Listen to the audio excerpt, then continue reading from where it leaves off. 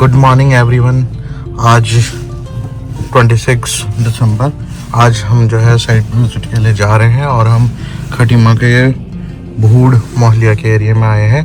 बाकी अभी साइट पे पहुंच के फिर हम आपको अपडेट करते हैं। तो हम पहुंच चुके हैं अपनी साइट ग्रीन पार्क पे और यहाँ पे हमें क्लाइंट ने साइट पे बुलाया हुआ है ताकि काम अच्छे से हो रहा है या नहीं हो रहा, कॉन्ट्रैक्टर अच्छे से काम कर रहे हैं या नहीं कर रहे हैं, मटेरियल सही आया हुआ है नहीं। तो ये देखिए क्लाइंट के ब्रिक्स हैं और ये आपका सैंड आया हुआ है जो कि कॉलम कास्टिंग में यूज़ होगा। ये देखिए आपकी एग्रीगेट बजरी आपकी आई हुई जो कॉलम कास्टिंग में यूज़ होगी। लेकिन आप देख पा रहे हैं इसमें आपका 10 mm 20 mm और आपका ये छोटा छोटा ये 5 mm 8 mm ये सभी चीज़ मिक्स है। तो होना क्या चाहिए आपका 20 mm और 10 mm तक ठीक है, लेकिन उससे नीचे आपका इसमें नहीं होना चाहिए क्योंकि जो कॉलम को कास्ट करने के लिए हम लोग सैंड यूज़ कर रहे हैं। तो सैंड में आप देख पाएंगे यहाँ पे नेचुरल फॉर्म में देखिए गिट्टियाँ हैं, नेचुरल फॉर्म में इसमें बजरी या दाना मौजूद है। तो इसके फिलर्स के तौर पे इसका रेशो अगर मान के चले हम M20 लेके चलेंगे तो रेशो फिर M20 को रीच नहीं कर पाएगा। बाकी ये आपका ब्रिक मैश रिवर्क के लिए मोटार बनाने के लिए यहाँ पे इन्होंने रेत डलवाया हुआ है। रेत की क्वालिटी भी ठीक है। ये डस्ट है आपकी सैंड डस्ट, तो इसमें मुझे सिल्ट की मात्रा थोड़ी सी ज़्यादा लग रही है। जैसे कि आप अगर जूम करके देखेंगे तो इसमें सिल्ट थोड़ा सा ज़्यादा महसूस हो रहा है।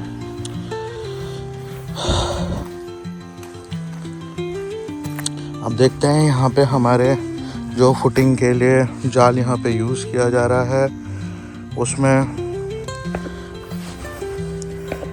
जाल की जो मैंने ड्राइंग दी हुई थी, एक चीज़ मैं आपको कंफर्म कराना चाहूँगा, जो हम ये साइट पे विज़िट करने आए हैं ये साइट मेरी ड्राइंग की प्रोजेक्ट नहीं है। क्लाइंट ने हमसे ड्राइंग अपना वर्क करवाया हुआ है। आपका 2D प्लान्स, स्ट्रक्चर प्लान, आपका 3D एलिवेशन, बस इतना ही। बाकी क्लाइंट हमसे जो है विज़िट्स करवा रहे हैं जिसमें हम ये देखें कि काम सही तरीके से या एज़ पर ड्राइंग हो रहा है या नहीं हो रहा। आप ये देखें यहाँ पे जो जाली यूज़ हुआ है इसके एंड पॉइंट्स, जो ये एंड पॉइंट्स हैं ये एंड पॉइंट्स बैंड होने चाहिए ऊपर की तरफ को, ताकि जब हम इसमें RCC वर्क करें, फुटिंग का वर्क करें, तो जो हमारा थिकनेस होगा RCC का उसको ये अच्छे से स्टेबल रह पाए और उसमें अच्छी तरीके से बॉन्ड बना पाए। लेकिन यहाँ पे ऐसा कुछ देखने को नहीं मिल रहा है। बाकी आपके कॉलम्स बंधे हुए हैं। अब कॉलम्स में भी अगर हम देखें तो जो रिंग बंधे हुए हैं, रिंग में क्या होना चाहिए कि आपके जो रिंग के एंड पॉइंट हैं ये आपका 135 डिग्री बैंड होने चाहिए, कुछ इस तरीके से। लेकिन यहाँ पे आप देख रहे हैं 90 डिग्री के एंगल पे हैं और ये ऑल्टरनेट होनी चाहिए, एक इधर एक इधर, है ना। यहाँ पे क्या है, एक इन्होंने नीचे रखा हुआ है इधर, एक यहाँ रखा हुआ है, एक यहाँ रखा हुआ है, ठीक है ऑल्टरनेट हैं, वो भी मैनेजेबल है। लेकिन ये चीज़ें जो हैं ये एंड पॉइंट ये बैंड होने बहुत ज़रूरी है एज़ पर इंडियन स्टैंडर्ड्स, जो हमारे IS कोड्स हैं उसके अनुसार ये चीज़ होनी चाहिए। दूसरी चीज़ मैं यहाँ पे ये चीज़ देख पा रहा हूँ कि आप देख रहे होंगे जो कॉलम यहाँ पे खड़े हैं इसकी जो इसकी जो ये लेंथ है, आप देख रहे हैं बार्स की जो लेंथ है ये फुल लेंथ रखी गई है। यहाँ पे जो ये लेंथ है इसमें कॉलम के जो ये सरियाँ हैं ये ऑल्टरनेट होनी चाहिए, एक सरिया ऊपर एक सरिया नीचे, एज़ पर IS स्टैंडर्ड्स की आपका जो भी कहता है IS स्टैंडर्ड उसके अनुसार ये ऑल्टरनेट होने चाहिए। लेकिन ये ऐसे ऑल्टरनेट नहीं रखे गए हैं। तो क्लाइंट्स से मैं यही कहना चाहूँगा और कॉन्ट्रैक्टर से भी कि आप जो है थोड़ा सा स्टैंडर्ड्स को फॉलो करें, थोड़ा सा अपने जो कंस्ट्रक्शन प्रैक्टिसेस हैं उनको और बेहतर करें। आइए आपको मैं दिखाता हूँ। ये देखिए साइट पे अभी एक्सक्यूवेशन फुटिंग का काम अभी शुरू हुआ है। आप देख पा रहे हैं यहाँ पे गड्ढे हुए हैं कॉलम के लिए, जो कि 4x4 की साइज़ के हैं। इस तरह से भी 4, इस तरफ से भी 4, और जो इसकी गहराई है करीबन आपकी रोड लेवल से अगर हम देखें, पीछे का लेवल अलग है, आगे का लेवल अलग है, तो करीबन 4 फीट से 4.25 फीट ये गहरे हैं, जिसमें इन्होंने 40 mm एग्रीगेट का यूज़ किया है नीचे बेस बनाने के लिए। लेकिन इसमें होना क्या चाहिए, कॉलम खड़े होने से पहले, मैट लगने से पहले और कॉलम लगने से पहले इसमें आपकी पीसीसी होनी चाहिए थी, करीबन 6 इंचेस की प्लेन कंक्रीट सीमेंट की आपकी एक बेस तैयार होना चाहिए, जो हमारे अर्थ से हमारी कनेक्टिविटी को ख़त्म करता है, जिससे हमारा load bearing capacity, load transfer जो भी होना है वो बहुत अच्छी तरीके से हो सके। और आईएसओ स्टैंडर्ड्स को फॉलो करना जो है बहुत ज़रूरी है। और ये हमारी जो फुटिंग का टाइप है ये आइसोलेटेड है। आप यहाँ पे देख पा रहे हैं, मैं इस कॉलम की बात कर रहा था, जो कॉलम के एंड पॉइंट्स हैं ये कभी भी बराबर नहीं होने चाहिए, क्योंकि जब हम नेक्स्ट टाइम ओवरलैपिंग करेंगे तो ओवरलैपिंग के टाइम पे हमारे जो है ये कॉलम, ये देखिए ओवरलैपिंग के टाइम पे यहाँ पे जो हम इसके ओवरलैपिंग जॉइंट्स बनाएंगे, तो फ्यूचर में अगर ये सब बराबर हुए और अर्थक्वेक आता है तो कॉलम यहीं से जो है टूट सकता है, यहीं से जो है ख़राब हो सकता है, जिससे स्ट्रक्चरल फेलियर भी हो सकता है, स्ट्रक्चर का जो है फेलियर होना जो है बन सकता है, रिस्क बन सकता है। तो इन चीज़ों को थोड़ा सा ध्यान में रख के कॉन्ट्रैक्टर को ये चीज़ें देखनी चाहिए। ये चीज़ें हम ड्राइंग में भी मेंशन की जाती है, लेकिन साइट पे सही तरीके से जानकारी ना होने के कारण और कुछ जल्दीबाजियों के कारण ये चीज़ें देखने को मिल सकती हैं। अब आप ये देखिए, जो दूसरा हमारा ये देख रहे हैं आप फुटिंग, इसमें ये कंबाइंड फुटिंग देखी जा रही है, क्योंकि 2 कॉलम यहाँ पे आसपास हैं। 2 कॉलम कभी भी साथ में होते हैं तो यहाँ पे फुटिंग को कंबाइंड कर दिया जाता है, क्योंकि गड्ढे का साइज़ थोड़ा पास पास में है, तो बीच में जो गैप है उसको नहीं काम करने लायक बनाया जा सकता, तो इसलिए इसको कंबाइंड फुटिंग कर दिया जाता है। कंबाइंड फुटिंग करने के हमारे काफ़ी फ़ायदे रहते हैं और स्ट्रेंथ भी अच्छी आती है। लेकिन इसमें आप देख पा रहे हैं कि कॉलम तो खड़ा हो गया, कॉलम के नीचे देखें यहाँ पे ब्रिक्स रखी हुई हैं,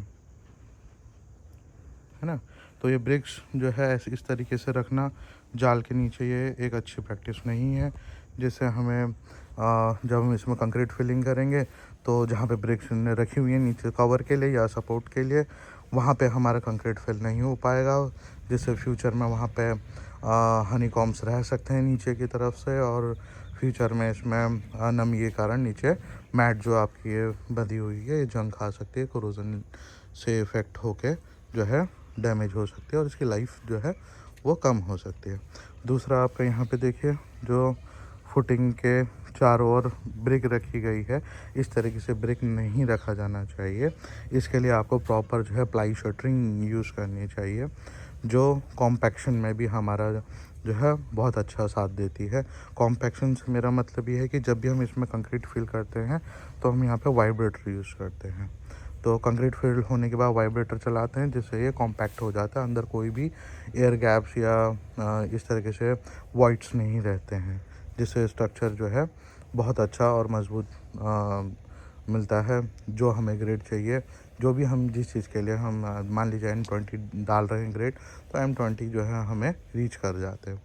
लेकिन इसमें क्या किया, चारों तरफ ईंटों का बाड़ा लगाया गया है, अगर हम इसमें कंक्रीट डालेंगे तो इसमें वाइब्रेटर लगाने पे ये ब्रिक्स जो है यहाँ से फैल सकती हैं या खिसक सकती हैं, जिसके कारण यहाँ पे वाइब्रेटर चलाना पॉसिबल नहीं है। तो थोड़ा सा यहाँ पे भी प्रॉब्लम है। मैं देखिए साइट पे आया हूँ तो मेरा मोटिव ये नहीं है कि मैं काम में कमियाँ निकालूं या काम को सही या ख़राब ये चीज़ें बताना कहना मुझे जो है नहीं चाहिए, लेकिन मेरी ड्यूटी है, मेरा दायित्व बनता है कि मुझे सही चीज़ डिलीवर करनी है और क्लाइंट को मुझे सही चीज़ बतानी है ना।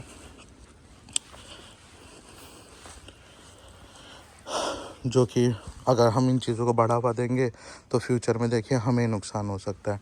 अब देखिए एक मैं यहाँ पे फुटिंग देख रहा हूँ जिसमें आपका देखिए एजेस को सही तरीके से फाइलिंग नहीं की है, गड्ढा भी मुझे प्रॉपर नहीं लग रहा। देन उसके बाद ये जेसीबी से खुदाया गया है लेकिन इसमें फाइलिंग नहीं की गई है। फाइलिंग ना की होने की वजह से एक ये प्रॉपर शेप में नहीं है।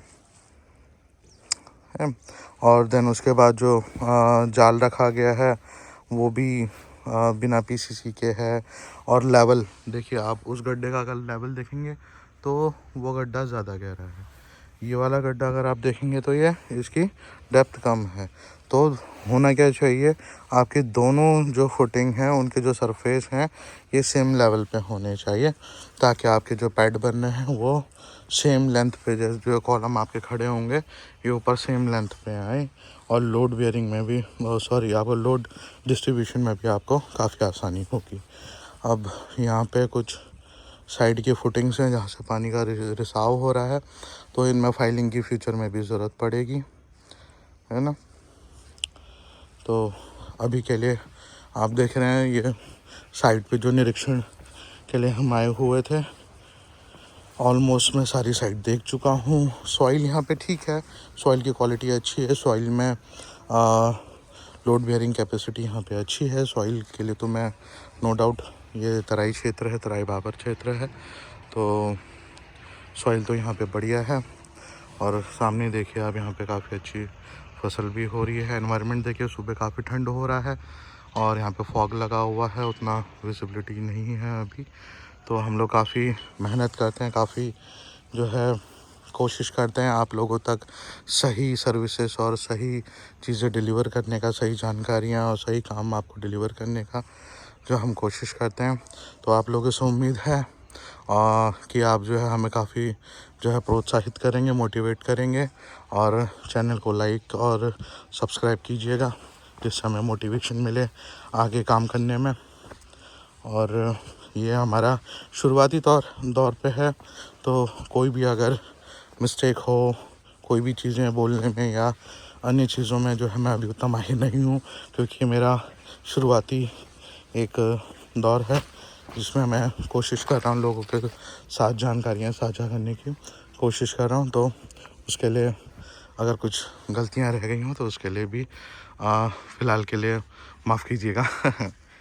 तो अभी चलते हैं ऑफिस की तरफ। आज की ये साइड यहीं ख़त्म होती है।